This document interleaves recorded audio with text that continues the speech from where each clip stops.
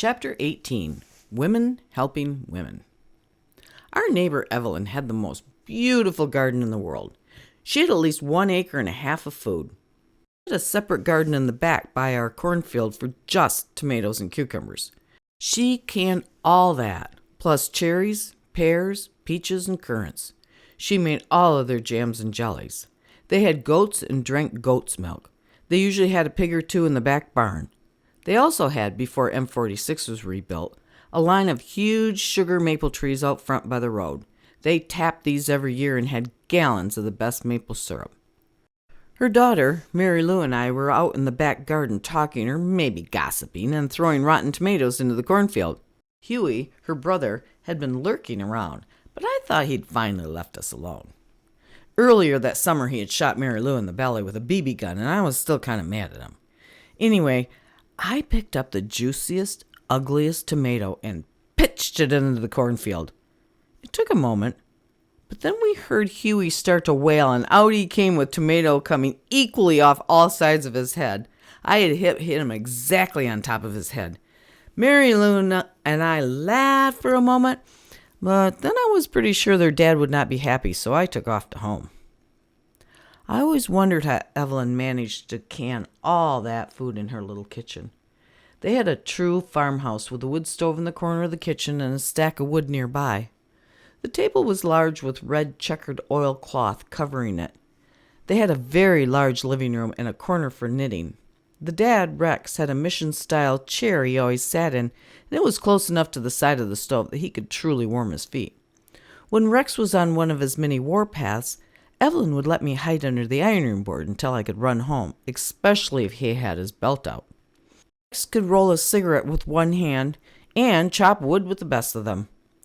One day I showed up right after Glenn, who had been splitting wood on the basement steps, had split not the wood, but his big toe from the others. God, there was blood everywhere. You know, I thought the band director that year was trouble.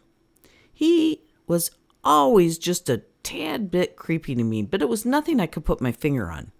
In 10th grade, Mary Lou moved suddenly to the West Coast to live with her grandmother, and I always suspected that creepy band director had just a little something to do with it.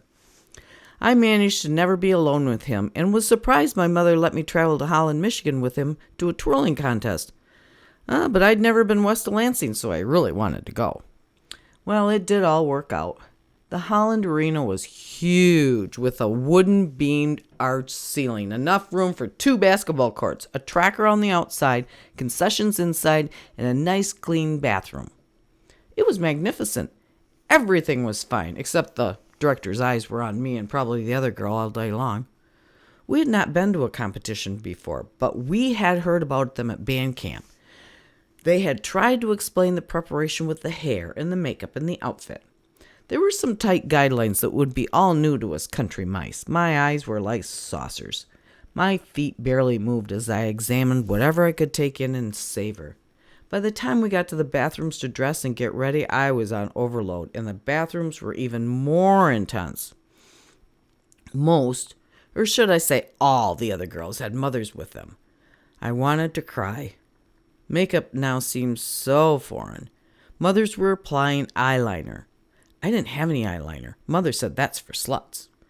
Color on the lids of the eyes was next. Mother said you better be 18 and then only use subtle application or risk the slut category.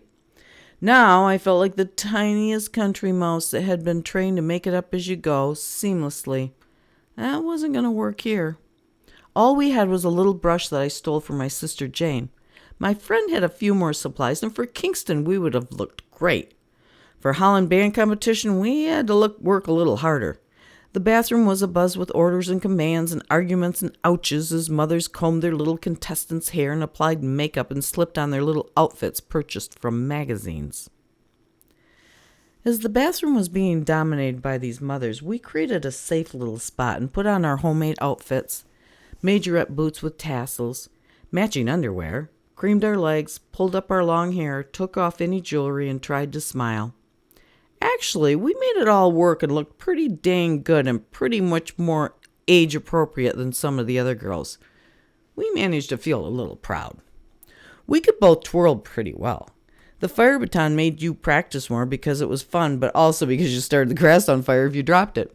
So we could both toss and twirl and catch quite smoothly. The nice thing about this competition was you twirled alone and you were judged alone.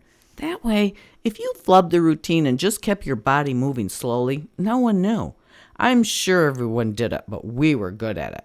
We made life up as we went along, so individual was just the ticket. We both did pretty well, way better than we had anticipated. We rode home proud, holding our little ribbons.